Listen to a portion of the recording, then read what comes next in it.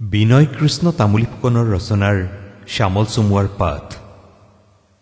সেন্দুৰ নিপিন্ধিবি অতৰা, কাৰ বাবে সেন্দুৰ পিন্ধ অতৰা, কাৰ বাবে? আৰু বেলিহেন ৰঙা ঘূৰণীয়া আক তোৰ কপালত, উৰণিৰে মুখ থাক কিয়? পৰপুৰুষৰ চকুলৈ চাব নাপায়, সেইবাবে পাতৰ ৰিহাৰে ঢাক উঠন বুক কিয়? পৰপুৰুষ দগ্ধ হব বুলি তোৰ কামনাত, ঘোষণা কৰিবলৈ নিজকে বিবাহিতা বুলি। তৰা তোৰ দৰে সিও পিন্ধেনে সেন্দুৰ? তোক চাৰিবেৰৰ মাজত ৰাখি সি যেতিয়া ওলাই যায়, থাকেনে তাৰ গাত কিবা চিহ্ন যে সি বিবাহিত? নেচাই নে সি পৰস্ত্ৰী অথবা যৌৱনা গাভৰুৰ উঠন বুকুলৈ?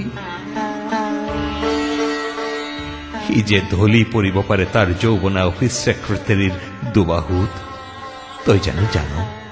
নতুবা গুচি যাব পাৰে ৰঙা লাইটৰ চুবুৰীলৈ। কোনেওতো নাজানে সি যে কপালত সেন্দুৰ ৰাখি নিশ্চিন্ত মনে এৰি গৈছে তাৰ পত্নীক শুৱনি কোঠাত।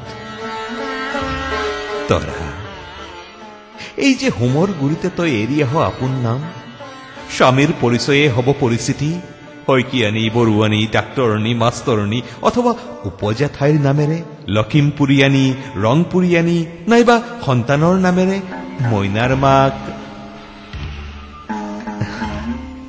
তেওঁ বাৰু কিয় নিলিখে তোৰ উপাধি? হোমাগ্নিক সাক্ষী কৰি তোকতো স্বীকাৰ কৰিছিল অৰ্ধাংগিনী বুলি। এই যে সতীত্ব, ই কেৱল নাৰীৰ বাবে নে পুৰুষৰ দমনীয় হাতেৰে লিখা এক নীলাজ নিয়ম, যি নিয়মৰ দোহাই দি উভত গুৰে নাচিব পাৰে কেৱল পুৰুষ? তৰাও কি লাভ সেন্দুৰ পিন্ধি?